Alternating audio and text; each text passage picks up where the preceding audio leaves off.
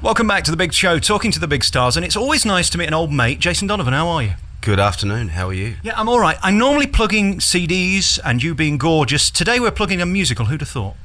Well, Jason Donovan and musicals do hold hands, but I feel pretty settled in this show now. It's been going for me for nearly 8 months, so, long... I can't wait for my holiday, basically. So that happens pretty soon. How do I stand if I say I love this show? You stand pretty much amongst 1,600 people that see the show every night, and most of them stand, exactly. You're right, at the end. It's a pretty feel-good sort of musical. One could argue that it's certainly not Disney, in that sense, and it ain't Mamma Mia, but it has the same feel-good factor as both of those sort of shows that I've just mentioned. It's Australian, it's based loosely on the film, and it has some great songs, and I Will Survive, MacArthur Park, Finally. These are sort of disco anthems with a gay twist to it, I suppose. Essentially it is a story of three misfits, really, with a heart, and I play a character called Mitzi Tick, who basically harbours a secret, and that secret is that he has a child, and slowly the story unfolds from there. It's a great show. It's camp and it's uplifting and it's a load of nonsense. And God, do we need a show like this at this time? One could argue definitely it's all of those things. And I'm, I think for me, I'm proud to be part of something that is Australian first and foremost. It gives me an opportunity to sing. It gives me an opportunity to act and play a character that I think has sort of, quite diversity.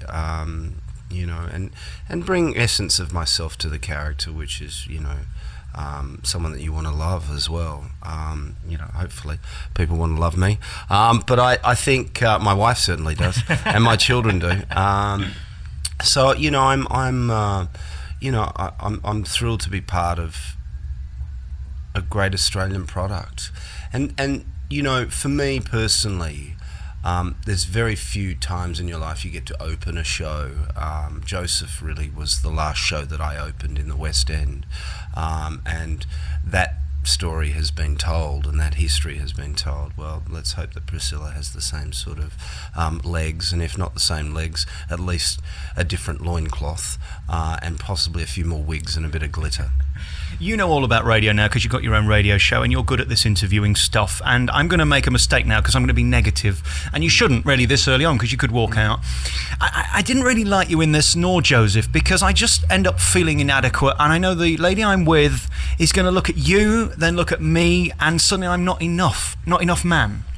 You're talking about your own personal self-worth? Yeah, I mean, you don't wear a lot in either of those shows, Joseph, right, or this, and they're looking at you with all the right bits in the right places, right, and there I am dangling like stalactites. Yeah, well, thank you. It's a sort of a backhand. No, I don't mean it as a compliment. No, I really don't. Well, I'm confused about where this is going. But I can only say to you, I'm sorry. I don't see myself as anyone special. I still have the same concerns and worries when I go on stage each night. What I do is a profession that I love. Yes, I keep myself fit. I look after myself. I eat the right foods. I'm playing a sport at the moment, and I'm playing at the top level of the sport. And I have to maintain a certain amount of fitness to be able to deliver what you're saying, which is, things that sort of turn people on, I suppose. Yeah, they're going to give me the role, are they? Well, I don't know. It depends on whether you can act and sing, but I'm sure there's some auditions up for various roles at coming up at the moment. But look, this show is for everybody. One could argue it's probably not for the little kids, but certainly, I think it crosses a lot of audience boundaries, and I think we're about 250 shows in, and we've had a standing ovation every night. So, I'm proud of it. Colour My World, I just think it's so brilliantly done in this. It's camp and over the top, but it's got real heart, like most of the story. Yeah, Colour My World is written by a guy called Tony Hatch. You might know who Tony Hatch is. He wrote the theme tune for Neighbours, and managed to slip one in whilst I wasn't looking into this show, so to speak. Yeah, I mean, this show, this musical is a concoction of Maybe that's the word. Don't know. Never thought about it too Was much. that Freudian concoction? Maybe concoction. Concoction. I'll excuse myself. I'm Australian. I can get away with it. The show marriages many different tunes, and unfortunately, because ABBA has such a wonderful, successful musical down the road, we're not allowed to dive into their back catalogue. But there are songs like, as I say, Finally, I Will Survive, and this one, Colour My World. Colour My World from Priscilla, Queen of the Desert, which is on here at the Palace. The big star, of course, is Jason Donovan. But it's actually a kind of a double-hander, this, because there's you and another guy that I was lucky enough to talk to about 6 months ago, and you do just steal the show, both of you. It's an ensemble piece. Yeah, it is an ensemble piece, and God bless the understudies who do a brilliant job. But the dynamic between Oliver and Tony and myself is 250 shows strong, and it's an interesting chemistry because we're different people, and I'm sure if they were all in the room at the moment they would say exactly the same thing. But essentially, there's a bit of fire for us on stage. 8 shows a week is tough. I can honestly say to you, that pace is something that I think you can only do for a certain amount of time. And you've done it for a while now. I mean, how long are you going to be in it before you have to just take a break? I'm contracted for a year, and we still are not to know whether it's going to go beyond that. It certainly won't be long after that I leave, because I just don't think I can give it. At 8 shows a week for a year, you start to repeat yourself too many times, and things go a little crazy. Notwithstanding the fact that I have a family at home, and I always seem to be going against the traffic a lot, which slightly depresses me sometimes.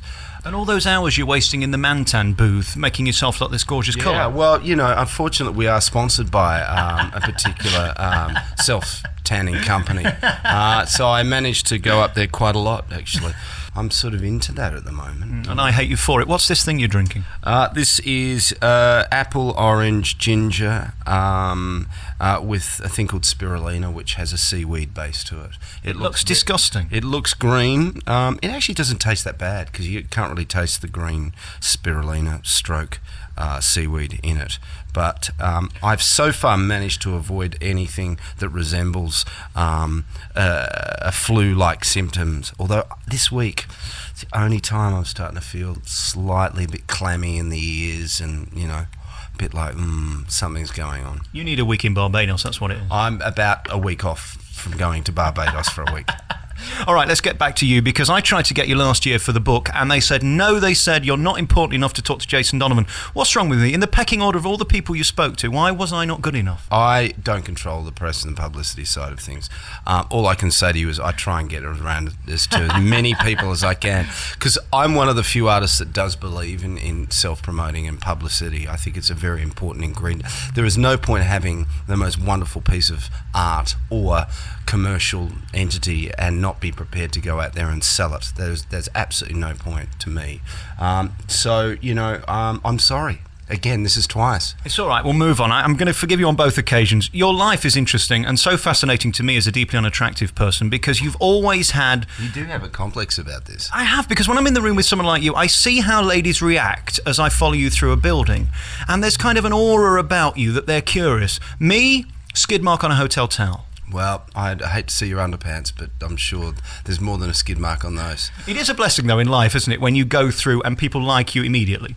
It's a funny question you're throwing up, because that sort of, genetically I was born with what I was born with, and one could argue that there is discriminative things that happen if you are blonde-haired and blue-eyed, and there's certain elements to life which, make that quite difficult, particularly looking at your 20s when you're trying to be taken seriously. It's only now when I've started to recede a little and I've got a few lines under my eyes and a bit of a beard that people actually go, you know what, we can sort of start taking him seriously.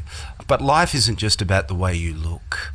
It's what's inside, and I've been reminded of that very recently on a number of occasions. And look, I've been doing this business for 25 years. I'm still here. I'm still in business. I must be doing something right, even though I have to say I do doubt myself. I'm like everyone else. I have insecurities and days that are ups and downs, but You know what? If you ask me, I love my life. I have 2 great children. I have a great wife. I have a profession that I'm constantly learning about, and challenges me. It's not. I'm not one of these people that sits there and takes the job because it's easy. I'll take the job if it's going to stress me out a little bit. And I think that's important in life, because it's very easy for all of us, in whatever profession, just to sit back and take the check at the end of the week. It really is. When you're at your top, something clicks and you self-destruct. Why do you think that is, when you're at the top of your game and so talented and creative, that sometimes happens? Well, we all want to be something we're not sometimes. And the sort of sadness of maybe my 90s craziness was really, I was trying to be cool, and actually, if I look at myself in that loincloth and a pair of white fluffy socks and wearing a Joseph coat, earning an extortionate amount of money in an Andrew Lloyd Webber show at the Palladium, I don't know why I was even thinking what I was thinking at the time. But there is a natural rebellious quality in any sort of success, I think, to want to and creativity. Business is a very more sort of structured thing. Creative people work in different sort of ways, and I do see myself as creative. The bottom line of it is, though, I like drugs, unfortunately, at that time, and that destroyed any self-worth that I had, and I basically sort of spent too much time enjoying myself on stupid substance abuse, when actually, if I'd sort of balanced my life a little bit more, I probably would have come through it a bit quicker. However, I don't regret things, because life is too short. And the plus side for me is I'm here talking about it, having not snorted a line of cocaine for many, many years. And I got through it. I'm a lucky one. How do you think it is possible to get that line right, where you're at the top of your game, you're happy and everything's perfect, without overstepping it? It seems like there's something in show business that doesn't parallel the two. Well, nothing is ever perfect. And what you read in Hello magazine and Now and Heat, is a glossy picture of what looks glamorous, but we all have our demons and we all have our ups and downs. And Robbie Williams talks about going out in Nebworth, to 75,000 people at the top of the game, hating it, because he's scared that paranoia sets in. So nothing is ever quite what it seems, and no one is immune. I don't care how successful. Look what Michael Jackson, those sort of scenarios.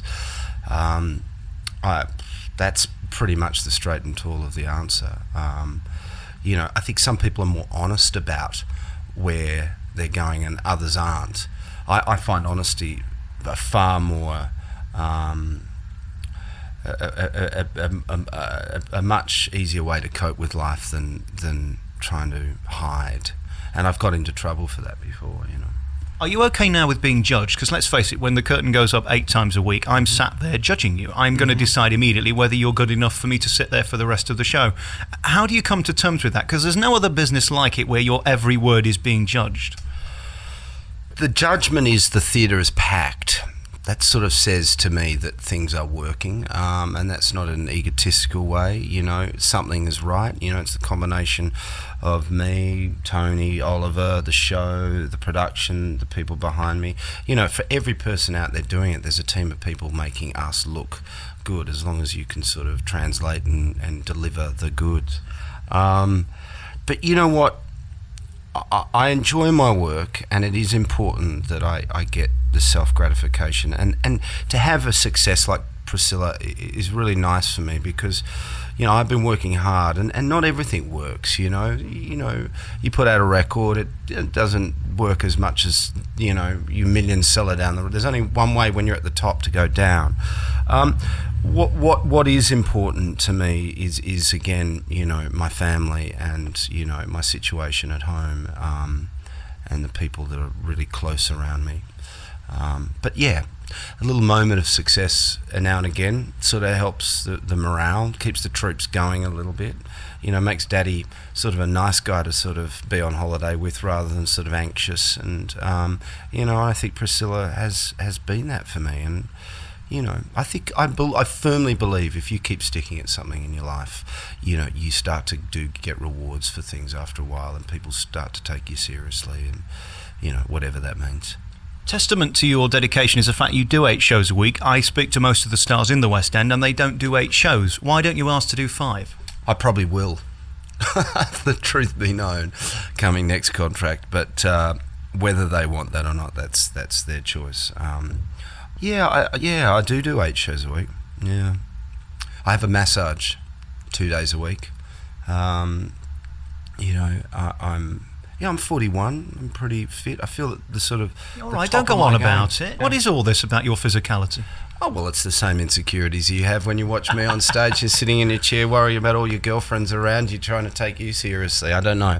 And how much does the masseur pay to actually get a hold of this? I pay her, but she's bloody good. I want to just talk very finally about this musical, Priscilla, Queen of the Desert, which is incredibly camp, and you're playing a gay man. How do you do it so well? I mean, you're very proficient at it. Have you seen it? Why would I sit here for 20 minutes talking to you if I haven't seen it? I didn't know whether you had or not, but You're telling me people would actually come and sit with you and not see it? Some people don't. Some people don't. Some people, would interview and you don't necessarily see it. The camp side of it, I was brought up by gay people all my life. This business is surrounded by campness. The true art of Tick and stroke Mitzi is the balance between not being too gay, because everyone can mince around and that's easy, but it's the balance between being camp but not being over the top camp. Because remember, this character swings a little bit and has a child, and that part of his life is very serious. So that's a balance you have to try and find. I suppose the hard thing for you is you've come from Joseph, which was a stupid musical, let's face it. A good musical, but a stupid musical. And this, again, has moments of stupidity in it where you've got to be so uplifting. Is it easy to do Brecht and Harold Pinter every night, where you can come in a bad mood and get away with it? Well, I haven't done many straight plays, but I did a play called Festin in Australia, which is, a pretty serious play. I find acting a lot easier than singing. We all act because, however, some of us just can't do it on stage because of a confidence factor. I think to sing comes from another part of the body. You're far more susceptible to how you're feeling emotionally, physically, mentally. And it's, it's an instrument. And instruments are vulnerable.